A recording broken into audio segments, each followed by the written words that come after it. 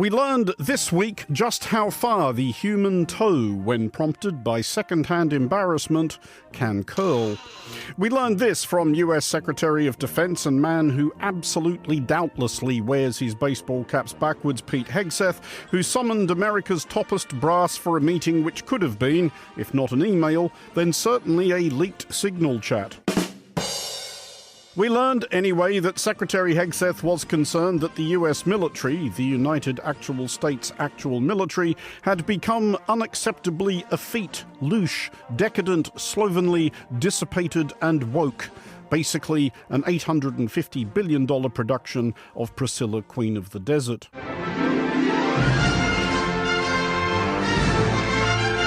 It's tiring to look out at combat formations, or really any formation, and see fat troops.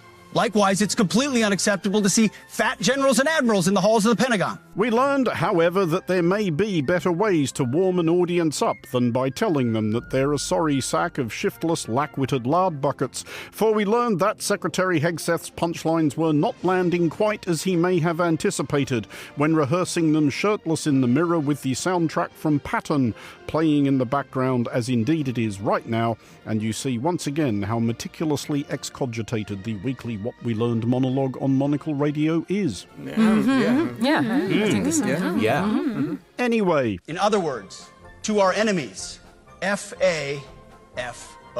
Tough crowd, and any prospective crafter of topical racy zingers for rarely grateful audiences can but sympathise. But we learned that there are few crowds tougher than a hangar full of senior military personnel, a great many decorated combat veterans among them, who after several decades in the service of their nation have been abruptly whisked from their posts, many of them a long way away and presumably reasonably busy, what with one thing and another, to be told what a lousy job they've been doing by a preening bozo who used to host the morning show on Fox News. No more identity months, DEI offices, dudes in dresses. No more division, distraction, or gender delusions. No more debris.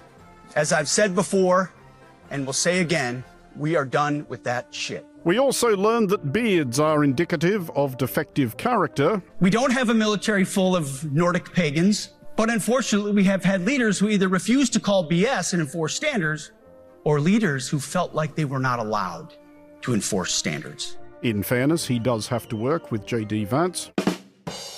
But we learned mostly that there is no silence quite so silent as the silence emitted by several hundred flag officers and senior NCOs at the end of such a harangue, no wait quite so agonizing as the wait for their applause as one slinks sweatily from the stage. Move out and draw fire, because we are the War Department. Godspeed. Attention! We absolutely did not edit that.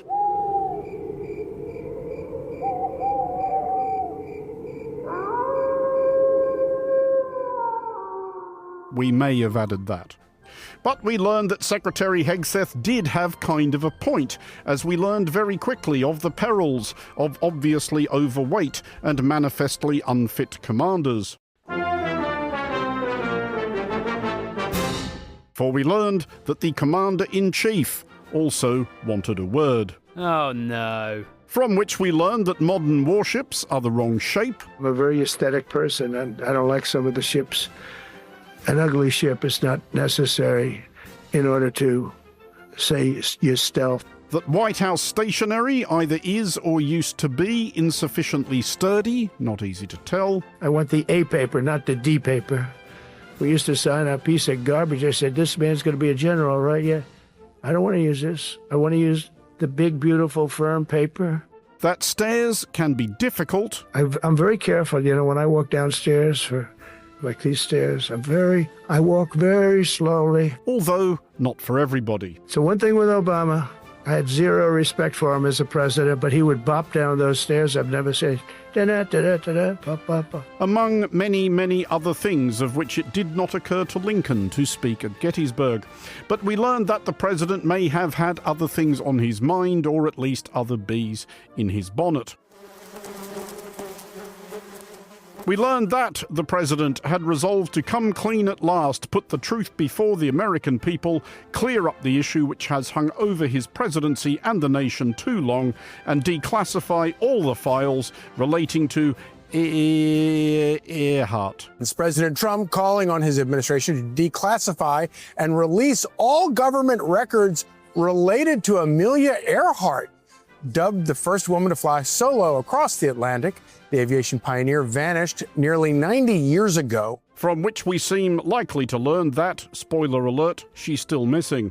And but we learned that the president, though famously fond himself of having his learned friends shake down his bemused enemies, may have met his match where vexatious litigation is concerned.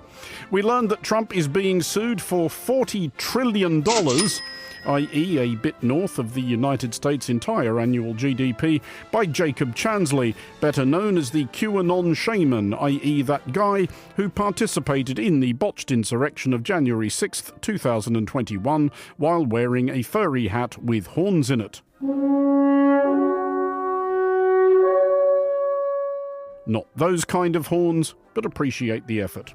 We learned from the details of Chansley's suit that he also seeks settlements from the Federal Reserve, the National Security Agency, the International Monetary Fund, Warner Brothers, T-Mobile, Israel, and Elon Musk, and why not, and furthermore believes himself to be the rightful president of the United States.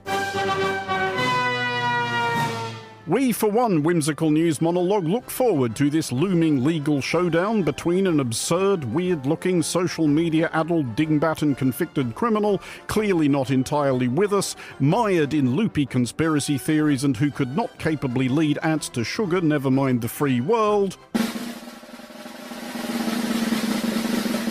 and the Q-Anon shaman. Come on, you'd have been disappointed if we hadn't. For Monocle Radio, I'm Andrew Mueller.